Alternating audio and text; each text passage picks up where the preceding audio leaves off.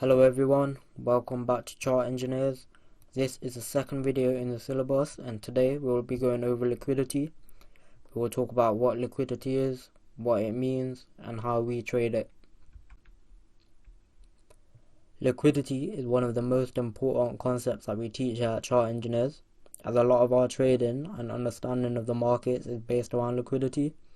So a lot of you may have heard the word liquidity before, but might not fully understand what it means. So hopefully by the end of this video you'll have a much better understanding of it. So firstly, what is liquidity? Liquidity in other terms just means money, and by that we mean how much money there is in the market and how liquid the markets are. There's more than $5 trillion traded per day in the foreign exchange, crypto and stock market.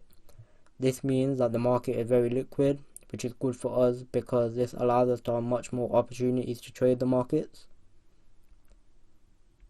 Liquidity moves the market from point A to point B, which means that if there was no liquidity, then the markets would not move at all. So in high liquid markets, there's a lot of movement, and this is good for us because we can capitalize on this movement by trading the markets.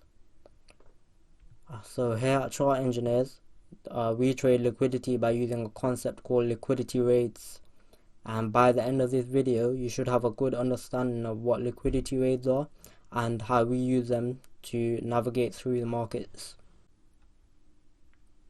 Liquidity rates are a very important tool that we use in our trading, so it is essential that you understand how to spot and identify them as soon as possible.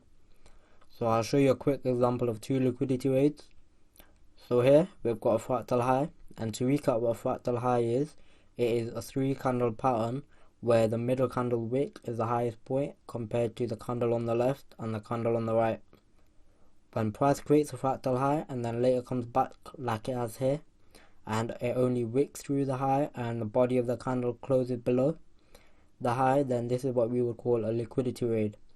So it is only a liquidity raid when the candle body fails to close above the fractal high.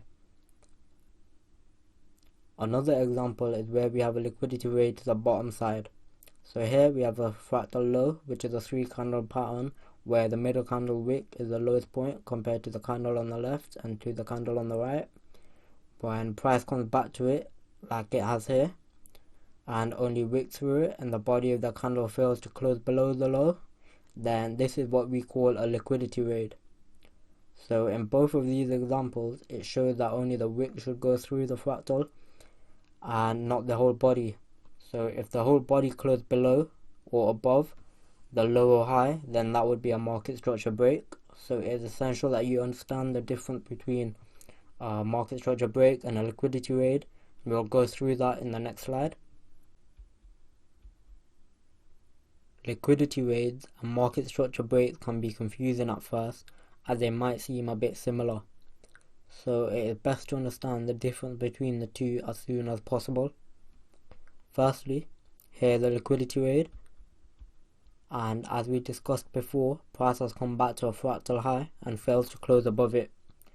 So only the wick goes through the fractal high, and usually once we get a liquidity raid like here and we raid a high, we could potentially have a reversal in the market. So price may start going down. If we have a liquidity raid of a fractal low, then price may reverse and start going up. And I'll explain this in more detail further along the video. So here's an example of a bullish market structure break. This is when the body of the candle closes above the high. This is different to a liquidity raid because a raid would close below the high. So when there's a structure break, it usually means that price will continue to go in the direction of which it broke. So the main difference between a liquidity raid and a market structure break is that liquidity raids are a reversal pattern and market structure breaks are a continuation pattern. So we now understand the difference between a liquidity raid and a market structure break. So we can now move on to the next slide, which is about stop losses. So what is a stop loss? A stop loss is just a buy or sell order. When you enter a trade, you would put a stop loss where your invalidation area is, and this is because you believe that if the market gets to your invalidation area, then your idea was incorrect and you want to close your position. However, although they are called stop losses, what they actually are just other types of orders, and they are buy or sell orders. So to get out of a long position, you need to sell, and to get out of a short position, you need to buy. So I'll explain the first one. So to get out of a long position, you need to sell, and what this means is that your stop loss is a sell order, as the only way to exit the market is by selling your position back to the market, and you are selling it at a worse price than what you bought it at. So this is why you lose money when your stops get triggered when you are long in the market. And to get out of a short position, you need to buy, and this is when price hits your stop loss.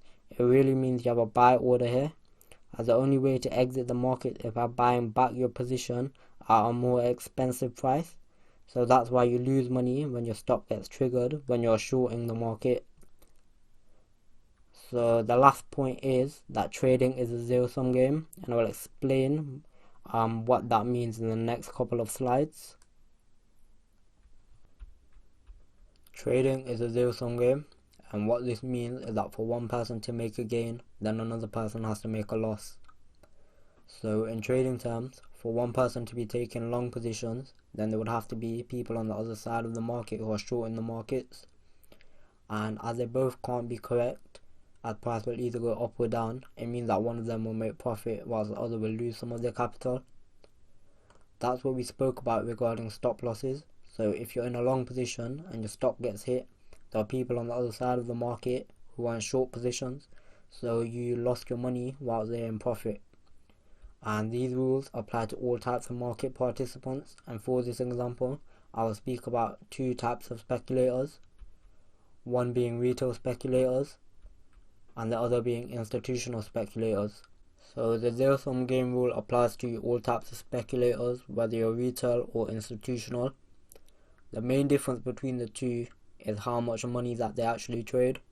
So the average order for a retail trader may be £1,000 compared to an institutional trader who's maybe £100,000, and as we know, that's a big difference. So this can be a problem for the institutional speculators because they need people on the other side of the markets so they can trade against them, as trading is a zero-sum game.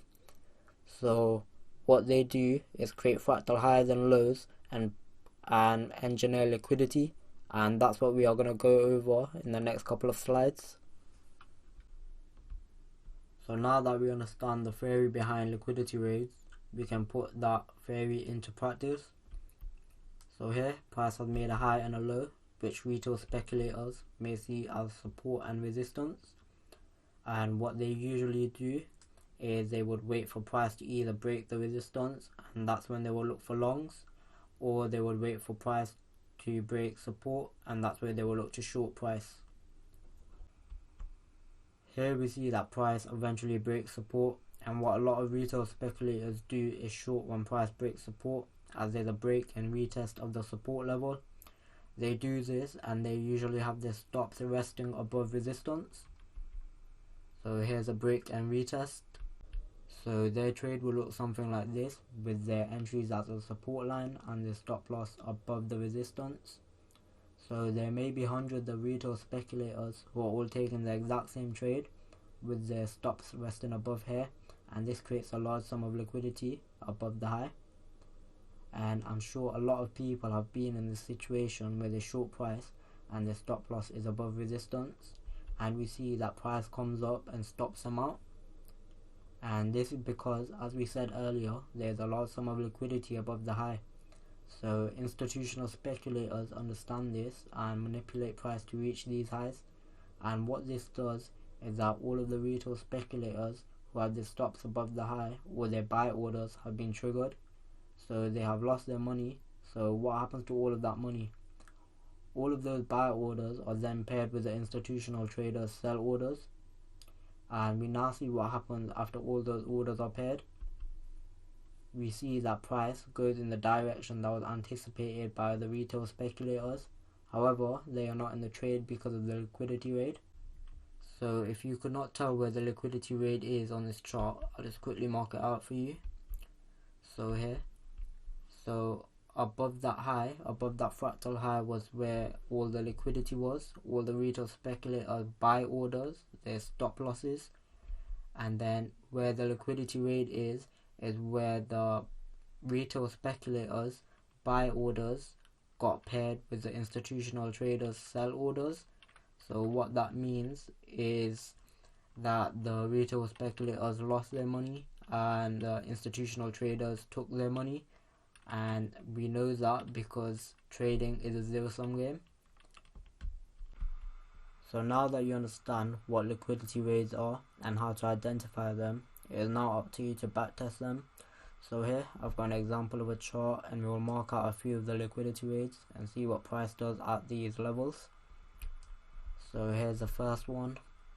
Price fails to close above the high, so we rated it and we see that price drops 2 candles after that, and each candle on this chart represents 1 week, as it's a EURUSD weekly chart, so that is a lot of pips. And then we get the next raid, price goes up for the next 3 candles. We then get another raid and price starts to drop. Another raid, we get 2 candles where price is above the raid, and then we just keep marking them out, and we see that once we get a raid, we either get a full reversal or a little reaction.